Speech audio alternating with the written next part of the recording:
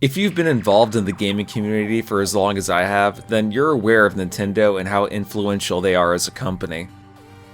But influence doesn't always mean innovation, and over the past decade, I've seen people give Nintendo way too much credit for ideas that they just blatantly rip off from other people. Since I brought up Nintendo in one of my past videos, and the fact that they're okay with garnishing 25% of a man's wages for the rest of his life based on a crime that he's already done the time for, I think it would be a good idea for a video to lay out my opinions on how Nintendo handled themselves as a company throughout their history, and highlight how they aren't as innovative or as creative as people think. So if you clicked on this video looking for a good cathartic roast of Nintendo as a whole, then you're in for a treat. So back in the early 1980s, Donkey Kong was a huge success for Nintendo. But what if I told you that Nintendo actually stole it? Now you're probably thinking I'm crazy. Nintendo owns Donkey Kong. Are you going all schizo on me or something? Well, back when Nintendo was just a toy company, they wanted to dip their toes into the arcade gaming market. But nobody at the company knew anything about programming games or designing them. So they partnered with a company called Ikegami. And the way the partnership worked was Nintendo would come up with ideas for games they wanted to make, send them over to Ikegami, who would program the game, slap it on a motherboard, and then Nintendo would manufacture the cabinets and everything would be all fine and dandy, right? Well, one of those games was called Radar Scope, which was successful in Japan, but it flopped hard in America. So Nintendo tasked a newly hired Shigeru Miyamoto to come up with an idea for an arcade game for Ikegami to make and replace the Radar Scope cabinets that weren't being sold. And that game ended up being none other than Donkey Kong.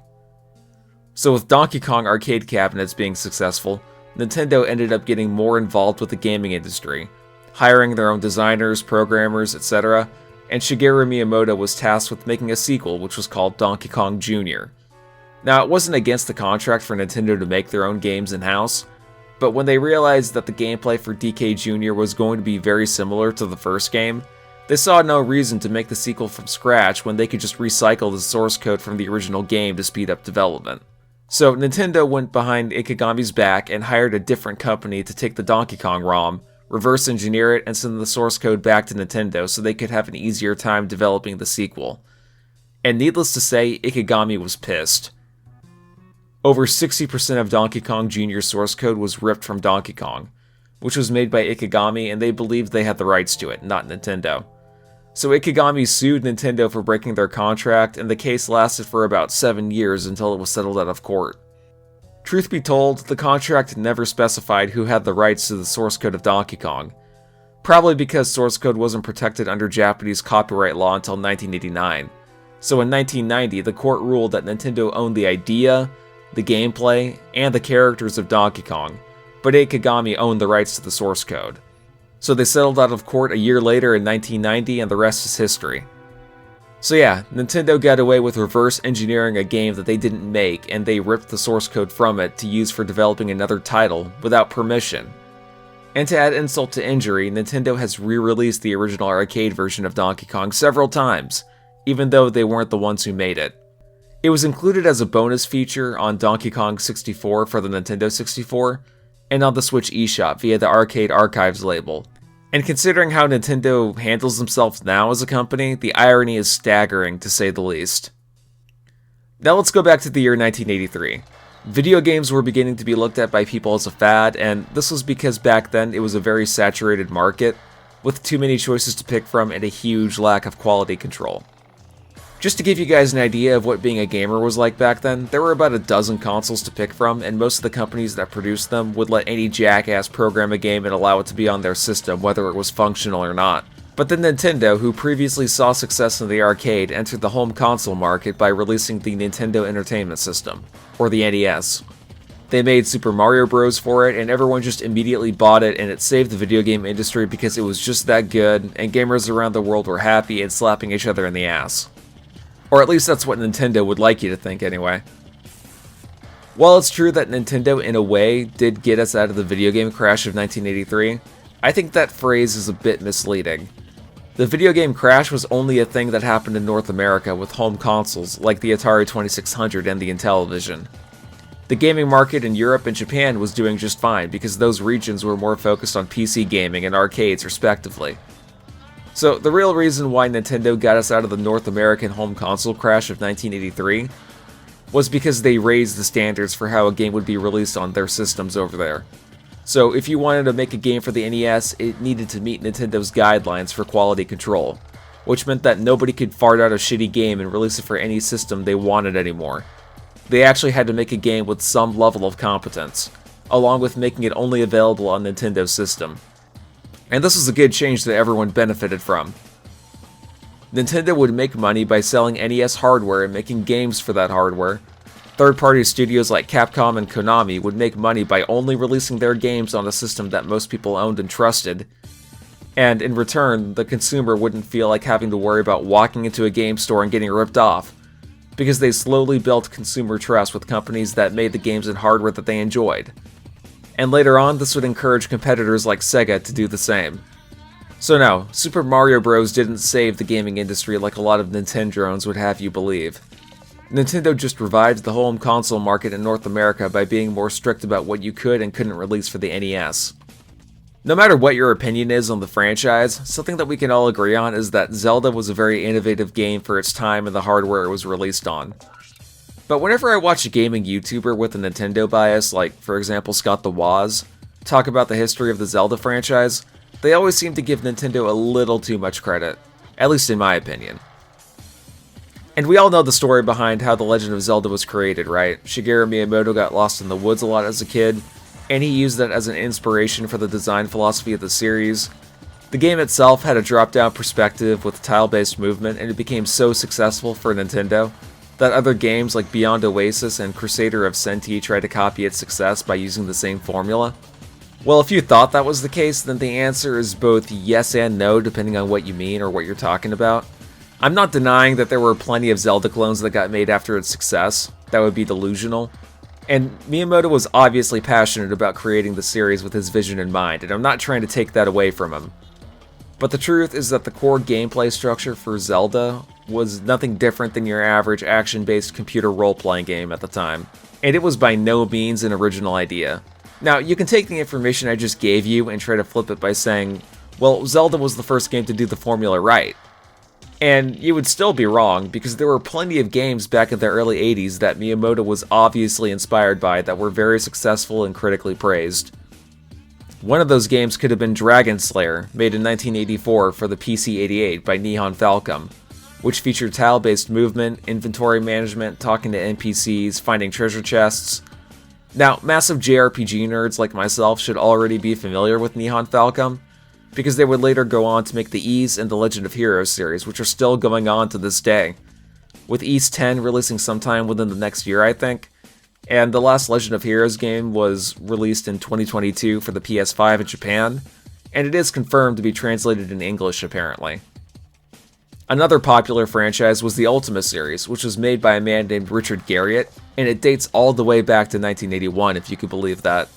And much like Dragon Slayer, you move characters in a tile-based fashion, you manage an inventory, you walk into towns, transition through different rooms, talk to NPCs, find hidden passageways, fight enemies, etc., you get the idea.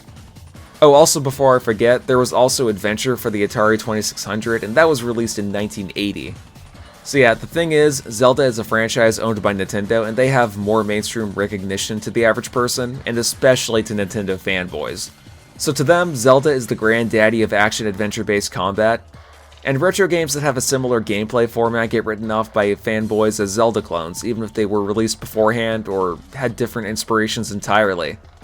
Basically, what I'm trying to say with all of this is if The Legend of Zelda didn't get made at all, then not much innovation would be taken away. And in a parallel universe where The Legend of Zelda wasn't released by Nintendo for the NES, and it was instead made by someone else and released on Japanese computers, then I don't think it would stand out much against its contemporaries. But that's just my opinion.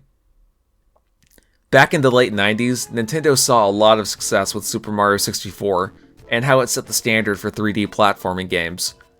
But what if I told you that allegedly Nintendo didn't actually come up with the idea for Super Mario 64, and that it was an idea by Argonaut Studios, who previously worked with Nintendo to develop Star Fox for the Super Nintendo Entertainment System, as well as a special chip needed to render the graphics for it.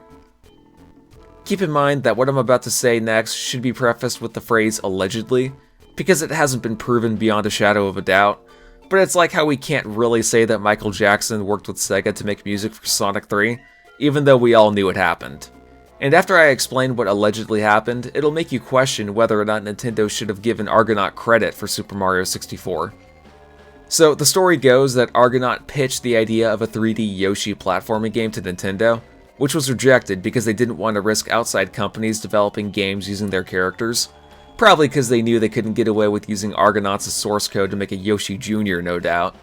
Kidding aside, Argonaut took back their original pitch, independently made a 3D platformer titled Croc: Legend of the Gobos, and released it for the PlayStation and Sega Saturn in 1997, with mixed reception. But Nintendo remembered Argonaut's pitch and beat them to the punch, releasing Super Mario 64 to overwhelming critical and financial success a year before.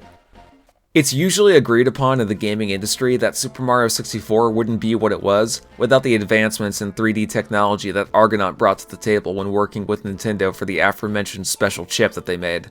And according to an interview with Argonaut software founder Jez San back in 2013, after Super Mario 64 was released, Shigeru Miyamoto approached and thanked him for the idea to do a 3D platforming game and apologized for not accepting his pitch. Now, just think about how much of a douchebag you have to be to do that. To make an analogy, imagine being the CEO of an experimental 3D animation studio in the 90s called Pixar, whose only claim to fame was making shorts of a unicycle doing retarded shit, and Disney rejects your pitch to make a full-length 3D animated film about talking toys.